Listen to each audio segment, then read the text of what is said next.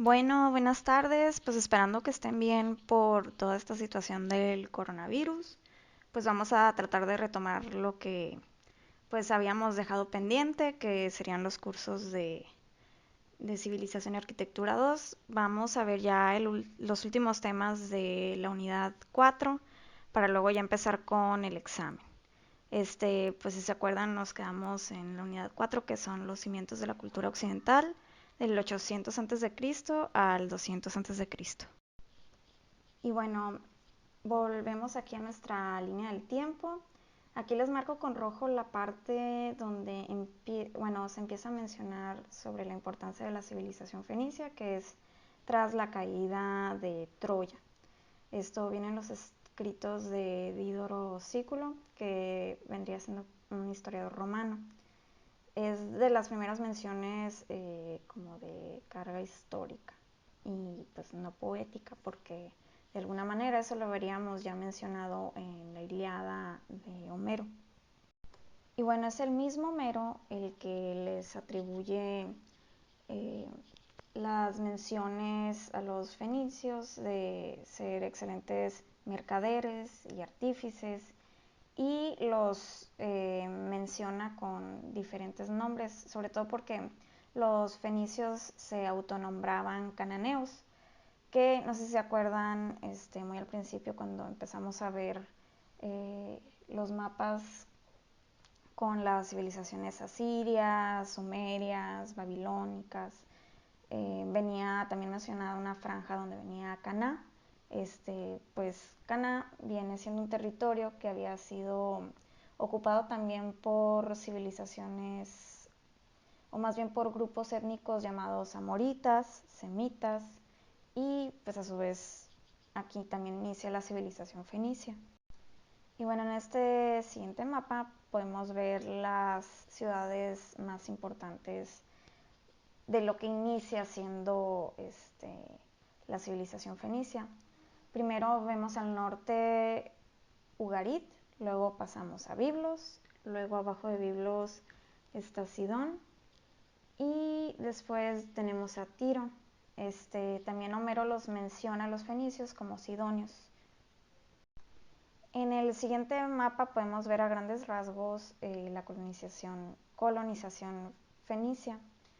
Aquí también podemos ver que simultáneamente también está la expansión de las culturas helénicas, que van desde los griegos hasta pues la toma de territorios de los etruscos, y posteriormente lo veremos con los romanos. Y bueno, el origen etimológico de la palabra fenicio este, proviene del griego, que significa hombres de púrpura, y esto se le atribuye a que comercializaban con textiles teñidos de ese color. Y bueno, a diferencia, o no tanta diferencia, pero pues sí, a diferencia de otras civilizaciones como lo fueron la egipcia, los hititas y pues también los estados micénicos, minoicos. Fenicia fue una civilización que no contaba con un estado unificado, sino que pues estaban conglomeradas todas estas ciudades que fueron siendo también parte de las zonas colonizadas. Bueno, y luego pasamos a esta otra línea del tiempo, donde vemos cómo va cambiando la importancia de las ciudades que ya habíamos visto en el mapa anterior, de cómo van cambiando la importancia. Y bueno, en esta otra línea del tiempo vemos cómo van migrando la importancia de las diferentes ciudades. Primero vemos que a partir del 3000 antes de Cristo empieza con la importancia de la ciudad de Ugarit, luego pasa a la de Tiro y finaliza en la de Sidón. Y cada cambio corresponde a qué tipo de ocupación o qué tipo de estabilidad territorial tenía la civilización fenicia. Por ejemplo, en la primera etapa podemos ver que apenas están en la zona cananea. Luego vemos que cuando migra a Tiro, la importancia de estas ciudades-estado, o más bien ciudades no unificadas, pues vemos que empiezan a haber ocupaciones en otras áreas que antes fueron fenicias de pues civilizaciones semitas, asirios, persas y griegos. Y finalmente, cuando vamos a la parte de la migración de la importancia a Sidón, hay ocupaciones ya romanas. Y pues ahorita se preguntarán, bueno, ¿y por qué tiene la profe esta imagen del rapto de Europa como parte pues del tema de los fenicios?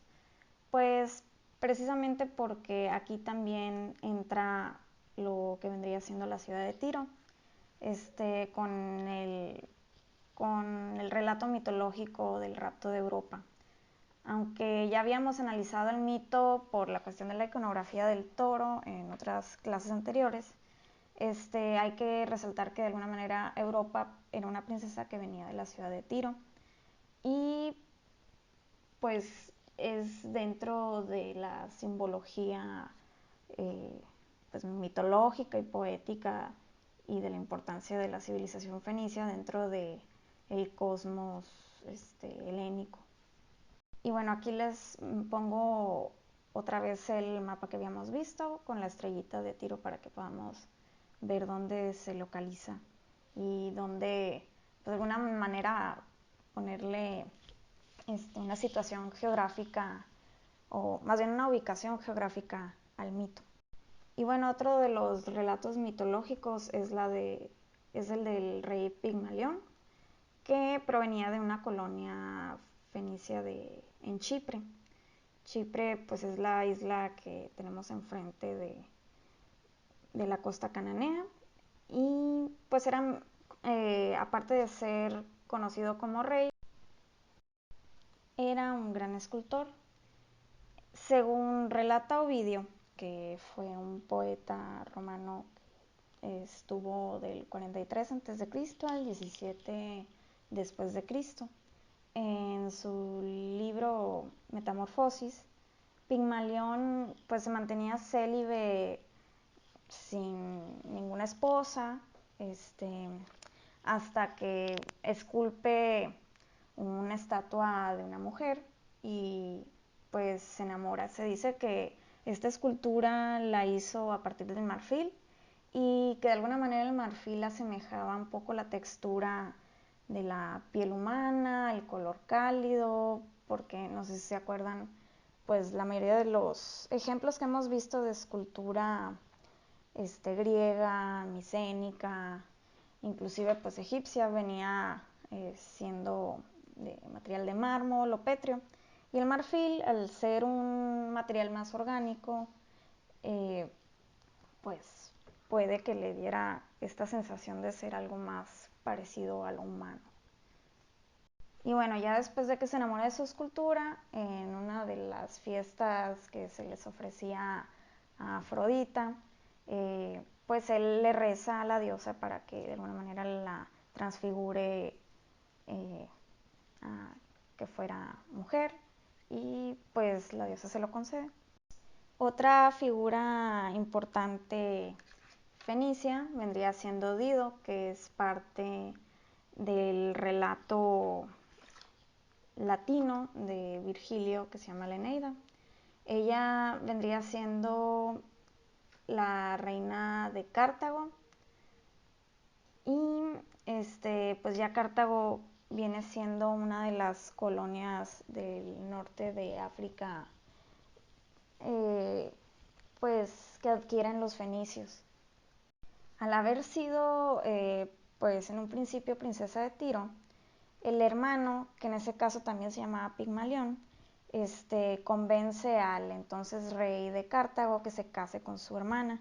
De alguna manera, pues Dido pues contrae matrimonio con el rey y pues Pigmalión hace todo un plan para poder matar al rey y quedarse pues con las tierras de la hermana, y lo consigue de tal manera que pues Dido le juega también una treta ahí a su hermano y pues termina ya teniendo pues todo el poder de las tierras de Cartago. Y bueno, aquí iconográficamente lo que vendría teniendo importancia Dido es que, bueno, que dentro de la Eneida, Dido conoce a Eneas, que Eneas había sido un héroe troyano que sale huyendo tras la caída de Troya, y pues desarrolla una relación amorosa con Dido. En este caso entran en conflicto los intereses de las diosas Juno, que Juno es en la cultura latina, Hera vendría siendo su equivalente griego, Venus y su equivalente pues Afrodita. Ellas ya se habían peleado inicialmente con la cuestión esta de la discordia de la manzana de París en el relato homérico de la Ilíada, y pues aquí se vuelven a encontrar. Total que entre los conflictos que tienen estas diosas hacen que se separen Eneas y Dido. Eneas se va y Dido pues se suicida a causa de esta separación, pero antes clamando una especie de venganza, que de alguna manera representa Dido Cartago, que luego vendría siendo Cartagena, y Eneas el luego pueblo romano. Eneas vendría siendo pues el abuelo de Rómulo y Remo, y pues que luego empezaría como parte del mito de pues de la creación del pueblo romano. Y bueno, empezamos viendo la ciudad de Ugarit, que fue la primera metrópolis fenicia. No fue el primer asentamiento fenicio, esa fue Biblos, pero pues como habíamos visto anteriormente, Ugarit empieza con toda la importancia comercial, económica, territorial. Se cree que los primeros habitantes de la zona del antiguo Ugarit eran de origen amorita, semita e hitita. En el año 1200 a.C., Ugarit y Tiros fueron destruidas por civilizaciones aledañas. O sea, tal vez parte de estos mismos grupos que originalmente habían estado establecidos en la zona. Y bueno, nada más para recordar, Ugarit está al norte de la parte de la costa oriental del mar Mediterráneo. Y bueno, aquí podemos ver una vista aérea de lo que ahorita vendría siendo la zona arqueológica de Ugarit. Podemos ver que se encuentra la puerta de muralla, el palacio real, sus oficinas, sacerdotal, los templos y la casa del curandero. Y bueno, uno de los cultos más importantes es el culto a la diosa Nat. En la primera imagen podemos ver que es la representación dentro de la ciudad de Ugarit.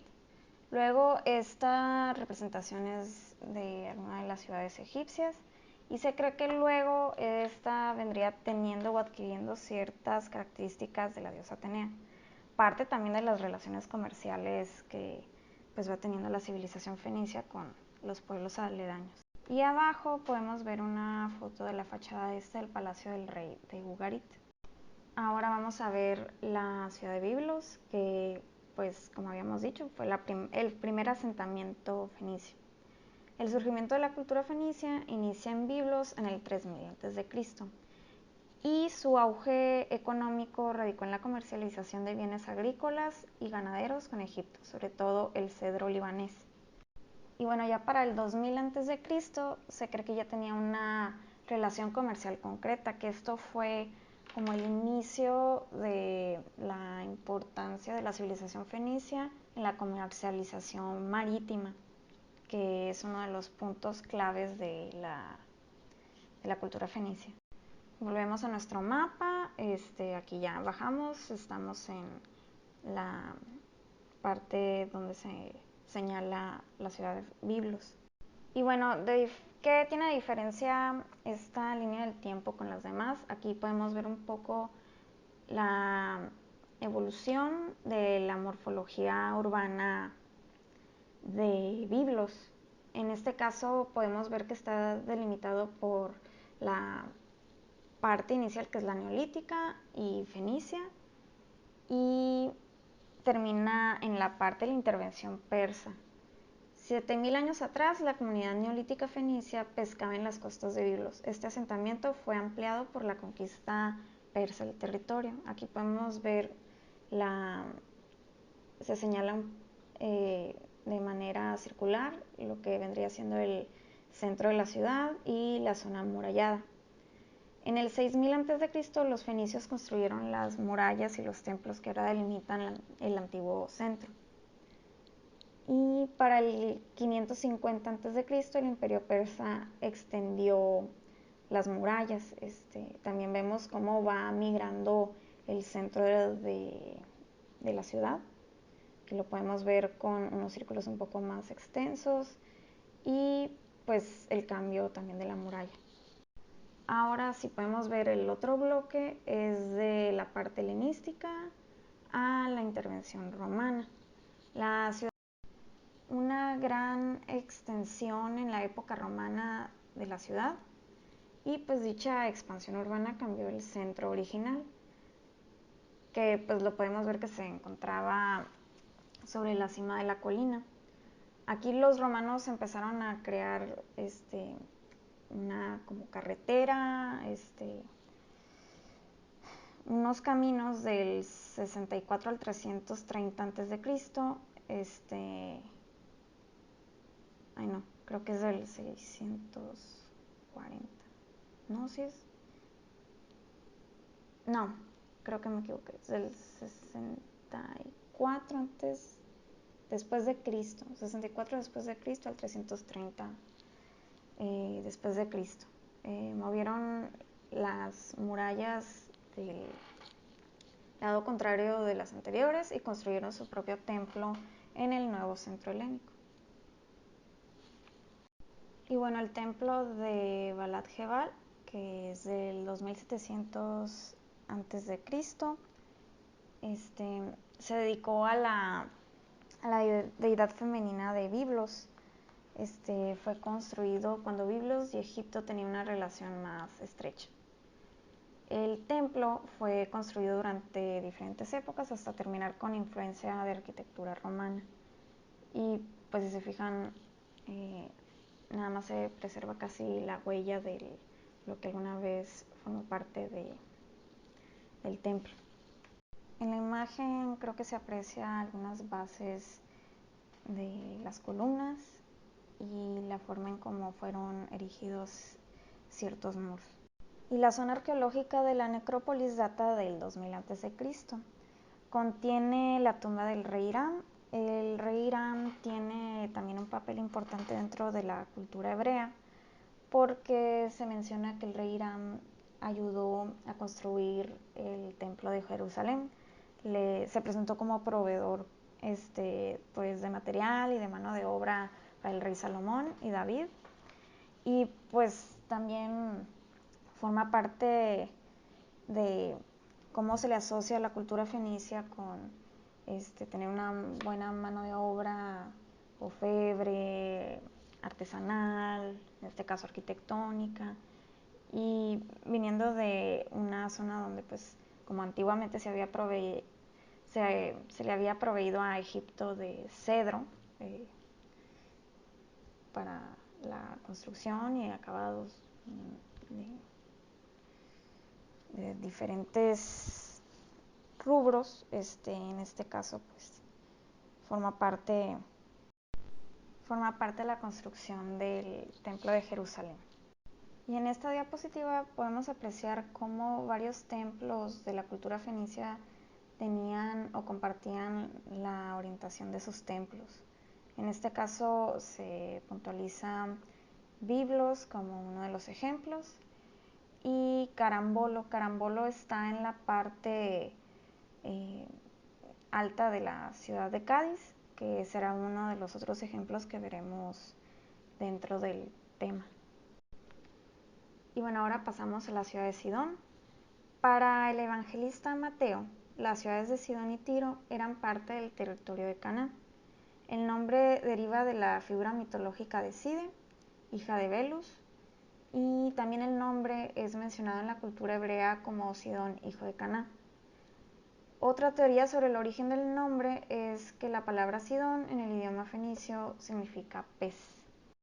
De alguna manera iconográfica, no sé si también les hace remembranza al tema que vimos de los asentamientos del Danubio, donde muchas de las representaciones artesanales tenían formas antropomórficas y también con cara de pez o de anfibio. Volvemos a ver el mapa, aquí ya vemos más al sur la ciudad de Sidón. Un ejemplo arquitectónico de la ciudad de Sidón sería el templo de Esmun. La estructura inicial del templo contó con una forma de zigurat, sin embargo fue adaptándose y recreándose en estilos neobabilónico, persa, romano y finalmente en el bizantino. El pódium se encuentra a 22 metros de altura sobre las demás estructuras del conjunto. O sea que también un poco en remembranza las culturas micénicas y minoicas buscaban este tipo de topografía para beneficiarse de esta altura y el uso de desniveles. Y bueno, esto también es parte de lo que se preserva del templo de Esmun. En esta primera foto podemos ver que son dos ejemplos de tronos que están esculpidos en piedra y también podemos ver cierta influencia hitita y persa en los motivos de la escultura del trono. Y luego pasamos a ver la base de la columna, que es de estilo persa, y enseguida vemos los mosaicos que pertenecen a unas áreas de patio del conjunto religioso. Y bueno, para cerrar la parte fenicia cananea, vamos a ver un poquito de la biografía de Antípatro de Sidón. Él fue un poeta que está situado en el siglo II a.C., mayor conocido por sus epigramas y epitafios. Cicerón ya había hablado de él, le atribuye pues cierta habilidad en la improvisación de sus poemas y que era un excelente declamador. Muchos de sus epigramas hacen referencia a composiciones de otro poeta anterior a él, se llamaba Leónidas de Tarento.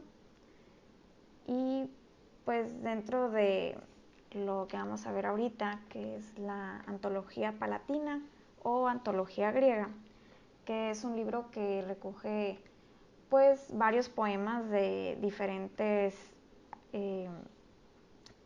poetas griegos, fenicios, inclusive romanos, que de alguna manera pintan el mundo lírico y poético de la época. En este caso hay ciertos epigramas que se lo atribuyen a él y luego también hay otros que se le atribuyen a otro poeta que tenía el mismo nombre, era otro Antípatro de otra ciudad. Y esta que se las pongo, este epigrama que les pongo aquí, es uno de los epigramas que se menciona que utiliza referencias bellas para hablar sobre la casa de una sierva y de alguna manera pues fomenta o busca ligar las imágenes mitológicas de la diosa Artemisa con la situación de la casa. Luego damos un brinco muy grande geográficamente hablando, a Cádiz, una de las ciudades y puntos de colonización de la expansión fenicia, pues que llegó a través de esta comercialización marítima que tenían los fenicios en el Mediterráneo.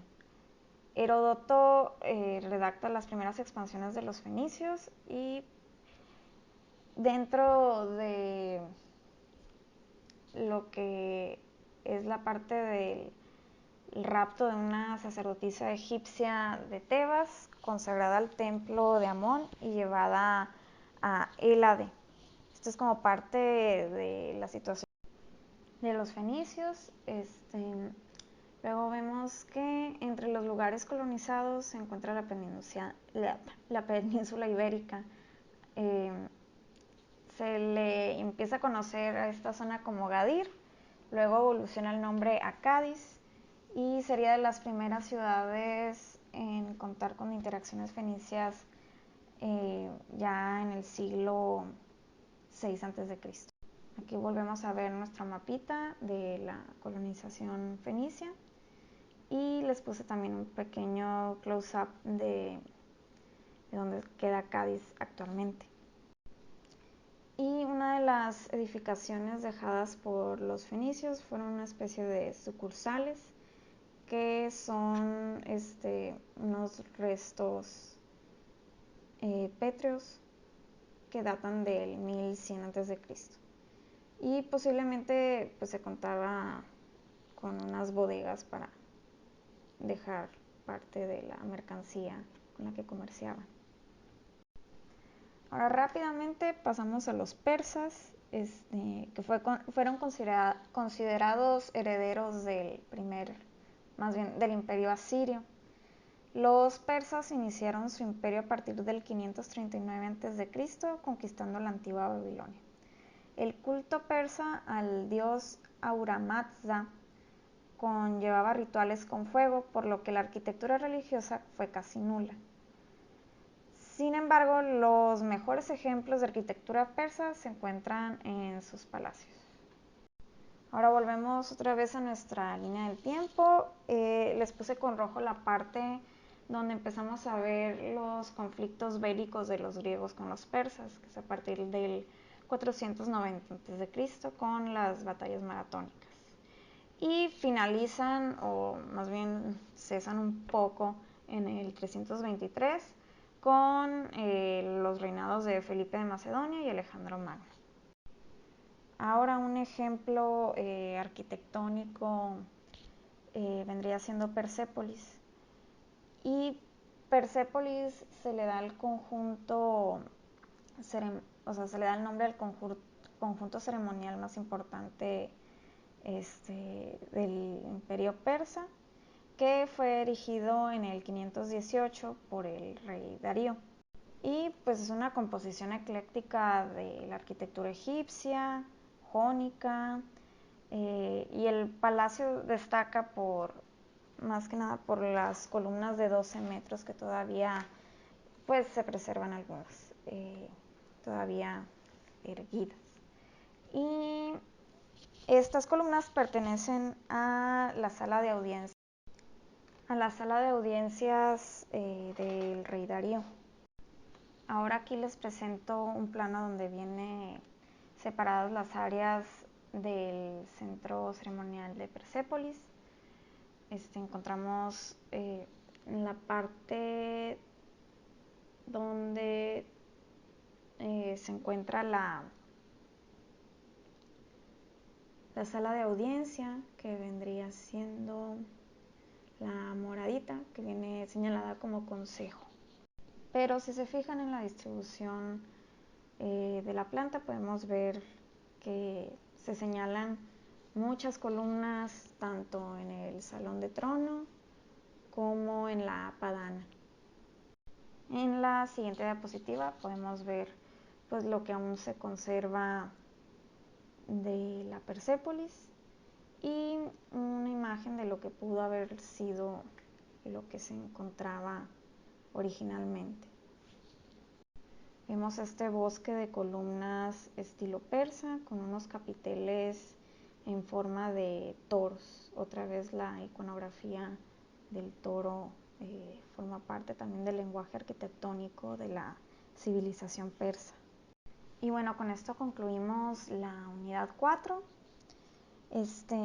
Ya voy a mencionar un poco sobre la actividad que había quedado pendiente. Creo que no me entendieron. Solamente una alumna, o al menos, sí, alguien nada más me pudo mandar un poco lo que yo me refería. Se los vuelvo a explicar. La actividad era con referencia a los órdenes griegos que habíamos visto en las otras clases. Originalmente les había dicho que pues iba a empezar lo del puente y pues la idea era buscar edificios en Hermosillo o fuera de Hermosillo que tuvieran alguna referencia iconográfica o inclusive en, en la zonificación o la distribución de espacios que de alguna manera les tuvieran alguna similitud con alguno de los órdenes que vimos de la cultura griega. Pero con la cuestión del coronavirus pues vamos a tener que hacerlo pues vía remota. Por eso les puse lo del Google Maps y el Street View, pero pues era buscar imágenes utilizando estas herramientas y aparte pues redactar un poco sobre cómo ligaban qué elementos de los inmuebles se ligaban a lo que habíamos visto en clase. Pues como nadie redactó nada y ni siquiera me redactaron un asunto en el mail, les voy a pedir por favor que vuelvan a hacer la actividad, pero ahora pues redactando en una cuartilla estas similitudes y pues que sean al menos 500 palabras. Les encargo eso, es el 20% de su parcial. Luego pues vamos a tener al final de esta semana un examen virtual. Les paso la liga el mismo viernes y será lo que vimos desde Saqqara, Tebas hasta ahorita, hasta la cultura persa. Y también ahora vamos a tratar de hacer un trabajo en equipo remoto. Esto no se va a entregar la próxima, bueno, más bien esta semana, sino la próxima semana. Es la misma dinámica de la vez pasada en cuanto a la redacción del trabajo escrito, pero pues como ahorita no nos podemos reunir para la maqueta ni para las láminas, ideé de alguna manera que ustedes dibujen una perspectiva de uno de los temas que vayan a seleccionar. No importa si se repiten, bueno, no, sí, mándenme el tema primero antes de crear el equipo y pues obviamente tiene preferencia el equipo que se ponga primero de acuerdo con el tema. Pongan 3 opciones del tema que quieran agarrar y yo les mandaré un mail al representante de equipo de qué tema van a agarrar finalmente. Y pues sí, en lugar de la maqueta y las láminas va a ser una perspectiva individual del tema que eligieron en equipo. Y como prueba de que lo hicieron ustedes, necesito 3 fotos progresivas de cómo fueron dibujando la perspectiva, es a color y con su firma, por favor. Y estas 3 imágenes las van a incluir dentro de su conclusión individual que va en el trabajo escrito. Y es todo por el momento. También voy a ir subiendo información de la próxima unidad y cualquier duda pues no me lo mandan al mail, por favor. Y bueno, les dejo un ejemplo de a lo que me refiero con el proceso de la perspectiva que va a venir en sus conclusiones. También cabe mencionar que pues es una perspectiva diferente de cada quien y Lo único que va a ser igual, pues va a ser el elemento o edificio arquitectónico que van a desarrollar en el trabajo escrito. Y pues así, igual, otra vez les menciono, si tienen alguna duda, pues me preguntan antes de entregar lo que vayan a entregar. Bueno, pues entonces manténganse en sus casas, resguárdense y pues aquí estamos. Espero que se encuentren bien. Bye.